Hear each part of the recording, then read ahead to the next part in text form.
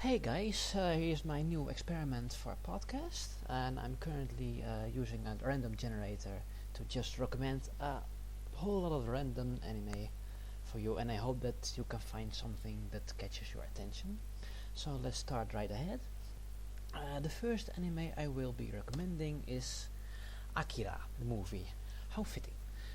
Well, I think everybody knows Akira at this point, but for those who don't, basically made in 1988 or something, it was the most expensive anime movie ever made for more than like a decade or something, and it opened up a whole lot of opportunities for anime to become known in the Western world, and it was basically without Akira it would have taken much longer for anime to become known there.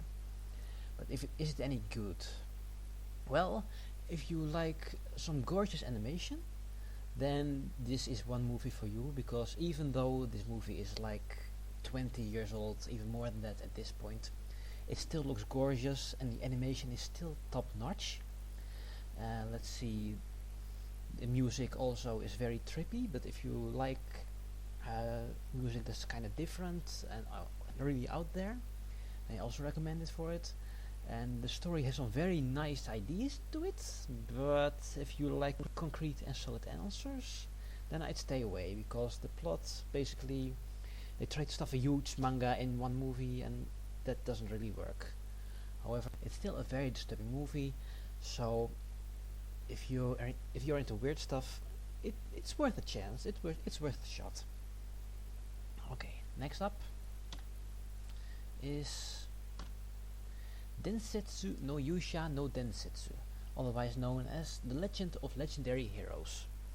This one was a bit weird, because I started watching it and I thought, yeah, it's a bit of a random comedy, blah blah blah blah blah.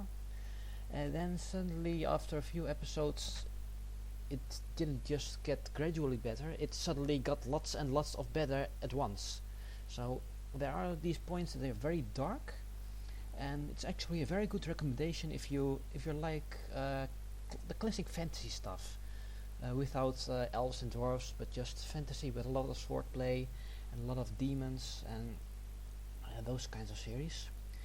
The problem with the series is that if you like your endings to be complete, and if you like your endings to wrap everything up, then you do not want to see this series, because it just ends, and there's a whole lot of it just ends in the middle of the story. That's not very worthy of a recommendation. However, the journey to the ending has some really good moments if you have a bit of patience. Next up, Melody of Oblivion, otherwise known as Bokyaku no Senritsu. This one is weird. It's really, really weird, and normally I'd recommend a series like that, but it's just too boring. And for a lot of stuff, it has a lot of ideas, but they're about nothing. The pacing is really, really bad, and it really bored me from beginning till almost until the end. But if you manage to sit until like episode 22 or something, then just this series get completely crazy. Is it worth it? Nah, just what there are better series that done that. And even though it has nice ideas, the execution is just completely boring. Next up, Love Hina.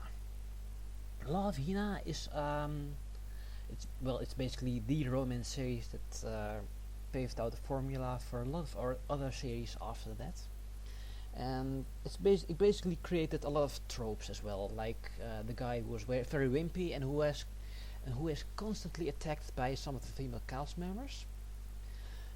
Whether it's any good, well, it certainly is among the better ones of the genre of the shonen comedy. I mean, it's not anything outstanding or anything, but it does have a bit of character development. However, it's been done better, and especially some character development is very contrived and very, yeah. if you like romance, then it's very, and if you like your romance to be light, then it's a good series, and it has some heartwarming moments among the light stuff, but they're a bit few in between. And however, if you're not a romance fan, then this series will not convert you. It will not uh, convince you that romance series can be good or something, because nah, it's very average for a series, especially at this point when it has aged. Next series up, Dororon Enma-Kun Meerameera. This series is basically a remake of the original Dororon Enma-Kun. It's a series that was made in like the 80s or something. And instead of remaking that manga, it went into its whole other direction and even used something like a doujinshi character that was made somewhere in the year 2000 or something. And as a series, it is completely crazy. It's supposed to be a comedy, and while some episodes are really incredibly childish, especially some in the first episodes, and some are just too childish to actually funny. Some episodes are just so incredibly crazy that they become funny, and the best episodes in particular are utterly hilarious.